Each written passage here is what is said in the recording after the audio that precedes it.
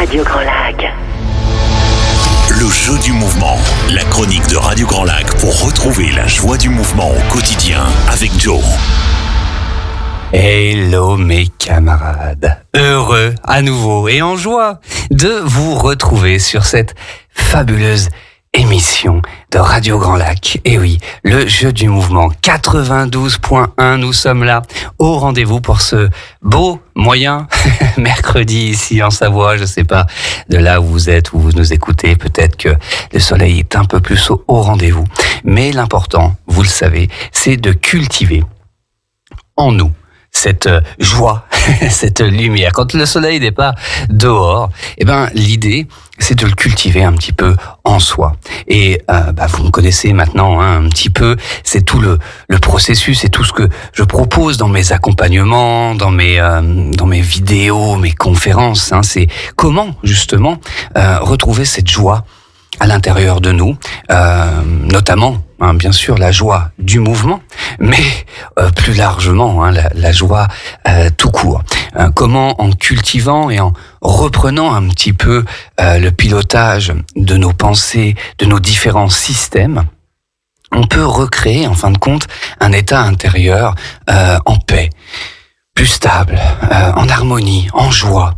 Bref, après, en fin de compte, tous les mots qui vont venir seront différents pour chacun d'entre nous, en fonction, bien sûr, de nos envies, de nos aspirations, du temps dont on dispose, enfin bref, de nos organisations personnelles et individuelles. L'idée, en tout cas, c'est que nous avons tous en nous ce que j'appelle ces petites flammes intérieures. Les flammes, en fait, que l'on avait tous et toutes, naturellement, lorsque l'on était enfant. Et c'est justement l'idée du jeu du mouvement, comment retrouver la joie du mouvement au quotidien. Car oui, le mouvement, mesdames et messieurs et mesdemoiselles et mesdames, le mouvement est permanent. Il n'y a que dans notre tête que ça se coupe, voyez. Mais même lorsque l'on dort, il y a du mouvement. Le cœur continue de battre, les reins continuent de fonctionner, bref, à des rythmes, des fréquences différentes. Mais le mouvement ne s'arrête jamais, il est perpétuel, la Terre tourne, les saisons changent, bref. Vous voyez un peu l'idée, c'est le constat en fait qu'on fait dans le bouddhisme, c'est que c'est l'impermanence des choses. Bon, nous sommes donc forcément liés à cette impermanence. Et c'est comme ça qu'en fin de compte, ça bouge en nous, qu'il y a des cycles.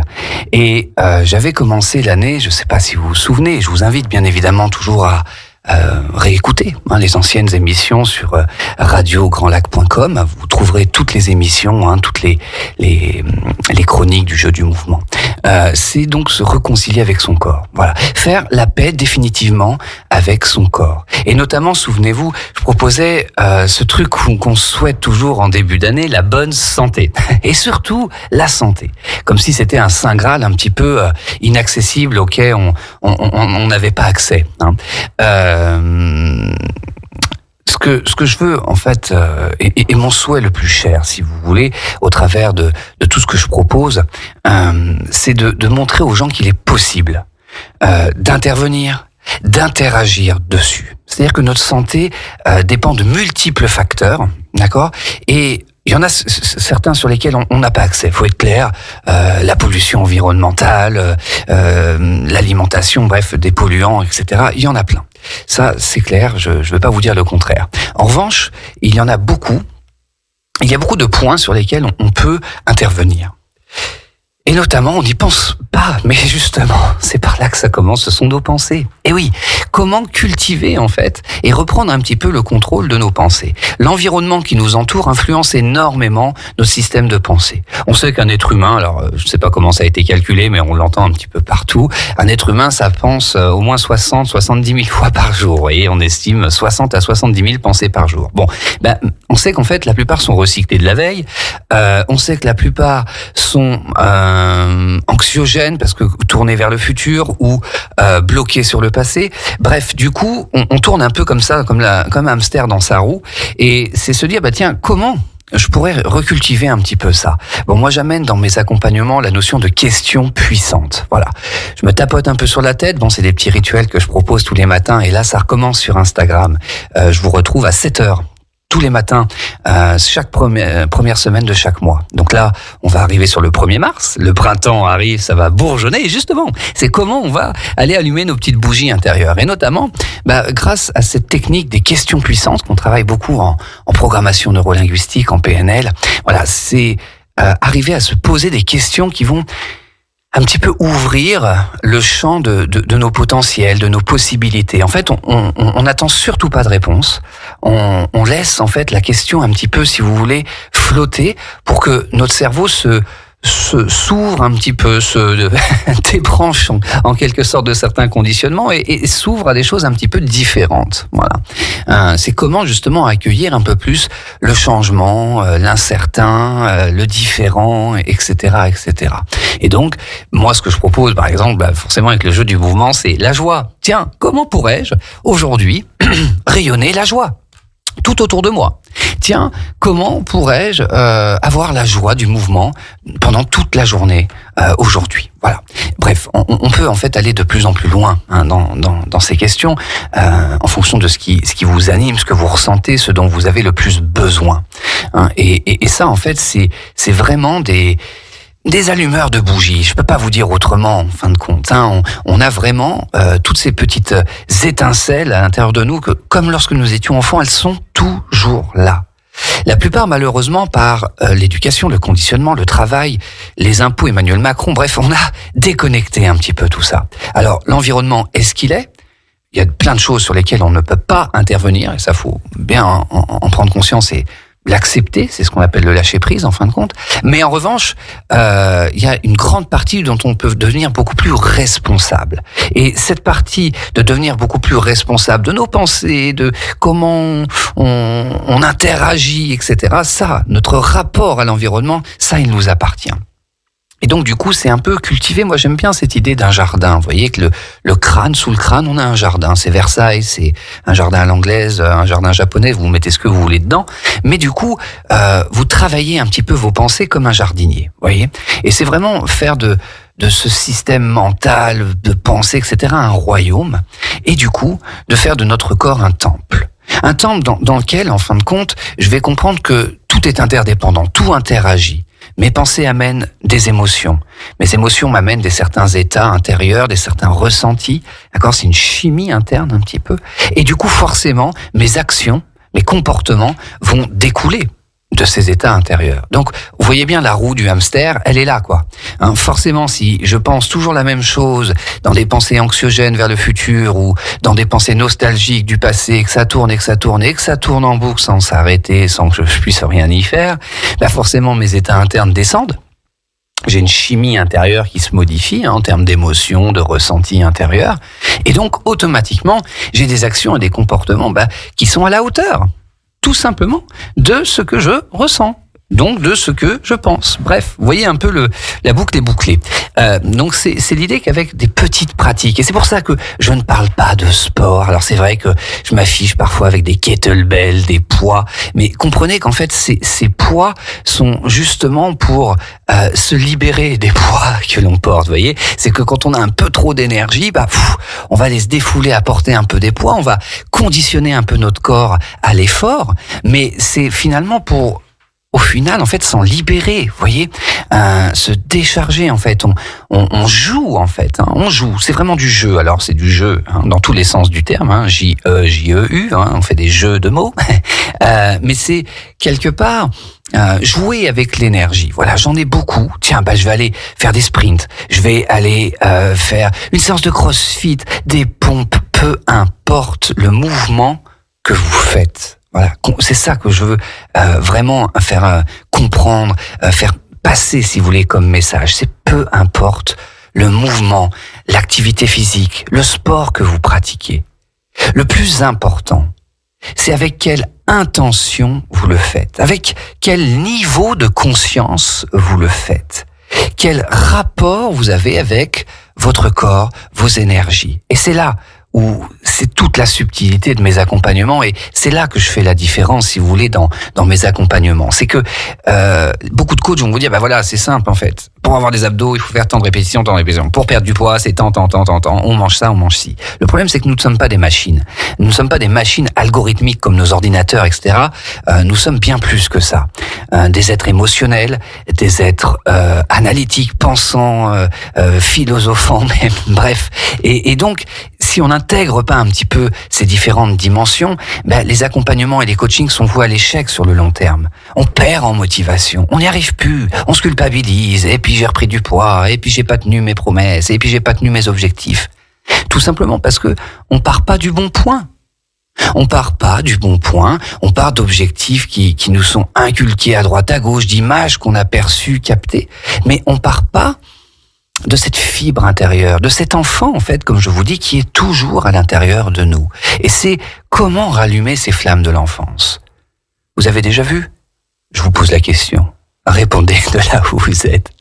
Vous avez déjà vu des enfants courir ? Bon, comment ils courent ? Ils sont comment quand ils courent ? Observez, regardez comment un enfant court. Maintenant, vous avez déjà vu des adultes courir ? Observez.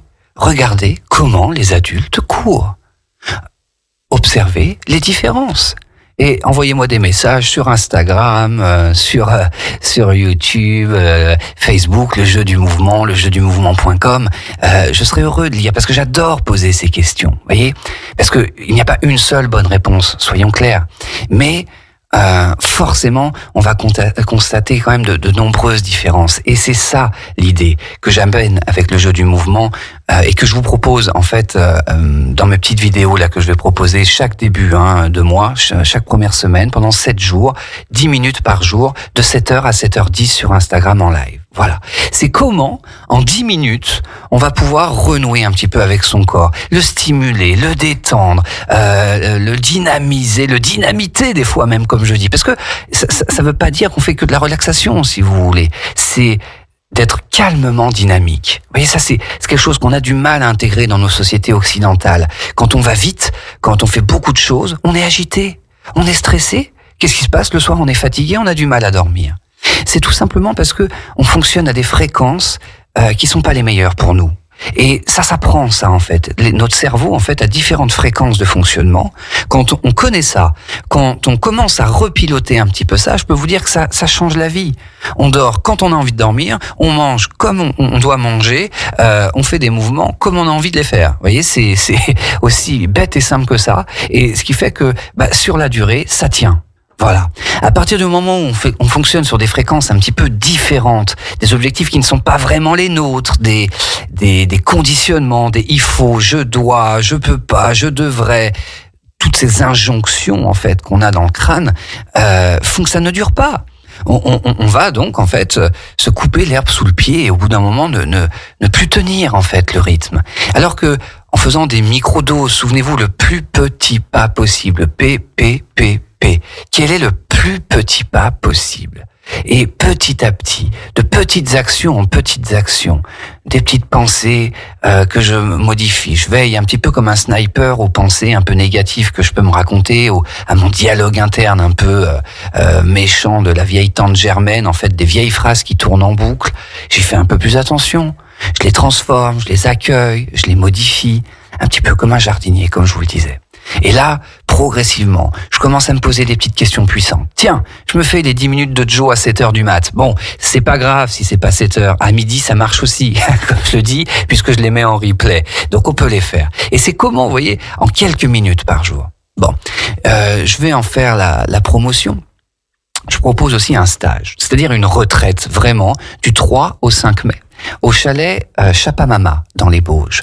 Magnifique lieu, avec nourriture saine, végétarienne possible, où c'est vraiment l'idée de renouer avec son corps en conscience.